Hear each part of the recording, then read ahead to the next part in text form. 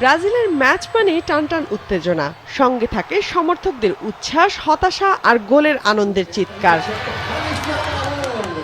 Brazil এবার বিশ্বকাপ শুরু করে মরক্কোর বিপক্ষে ম্যাচ দিয়ে। 2022 আসরে যে মরক্কো খেলেছিল সেমিফাইনাল। ব্রাজিলের কোপাকাবানা সৈকতে সমর্থকরা দেখেন ম্যাচ। হলুদ জার্সি আর পতাকা হাতে সমর্থকরা এসেছেন ভিনি থিয়াগোদের সমর্থন দিতে। বড় পর্দায় ম্যাচ শুরুর পর থেকেই কেউ করেছেন প্রার্থনা, কেউ জানান ক্ষোভ। কারো দাবি আরো উন্নতি করতে হবে আনচেলত্তির দলকে। ম্যাচে ছিলেন না নেইমার, কিন্তু তার জন্য সমর্থকরা গলা ফাটিয়েছেন হাজার মাইল দূর থেকে।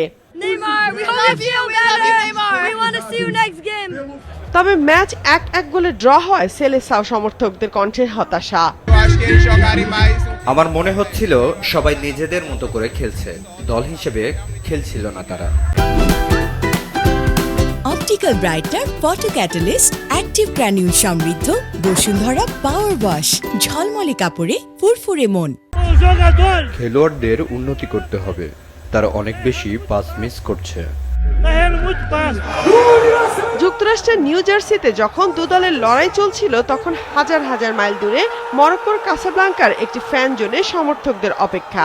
শিশু থেকে বয়স্ক সবার কণ্ঠে মরক্কো মরক্কো চিৎকার। লাল সবুজ জার্সি গায়ে জড়িয়ে গলা ফাটাতে কম যায়নি হাকিমিদের সমর্থকরাও। আমরা জয়ের আশা করছিলাম, কিন্তু ড্র একটি ইতিবাচক ফলাফল, কারণ এটি বিশ্বকাপে আমাদের প্রথম ম্যাচ।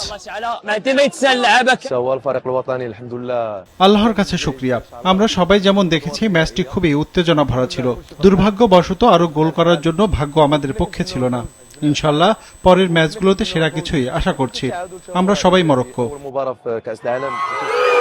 গ্রুপ সিতে ব্রাজিল ও মরক্কো ছাড়াও বাকি দুটি দল হলো হাইতি ও স্কটল্যান্ড।